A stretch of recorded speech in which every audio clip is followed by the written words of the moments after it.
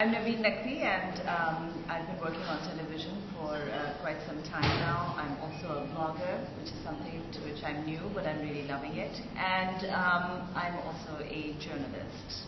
So I think Take Back the Tech is a very important project actually right now, as more and more of us are coming into social networks and also coming onto the internet, expressing ourselves through our own blogs. Some of us do video logs and so on, and it's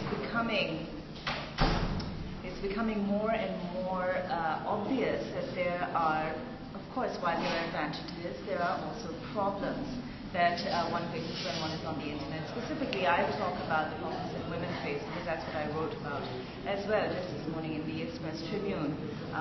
In the editorial pages, I wrote an opinion piece about how recently here in Pakistan, I saw, first of all, that a few women personalities who were television news anchors, for instance, it was a massive campaign that was launched against them using Facebook and other sites on the internet, taking out pictures out of context and placing them in such a way to malign these women, to discredit them as journalists.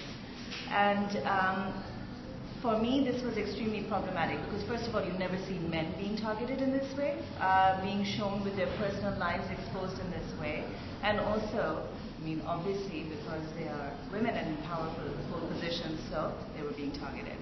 So, eventually the thing fizzled out, the campaign, and those women are still there, but it made me wonder what one can do to protect oneself.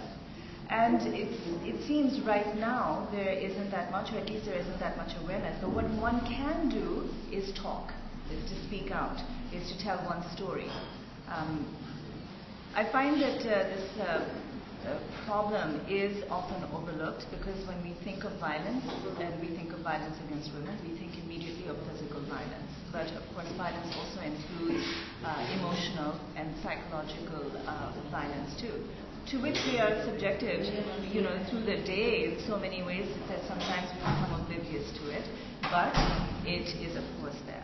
Now on the internet, one would think that, okay, if my picture is posted there and there's a nasty caption written underneath, which of course has happened many times, then whatever, it's just on the web, isn't it? It's just the virtual world. But no, that too is a world where we all live now, and it's becoming in a sense smaller, but also bigger.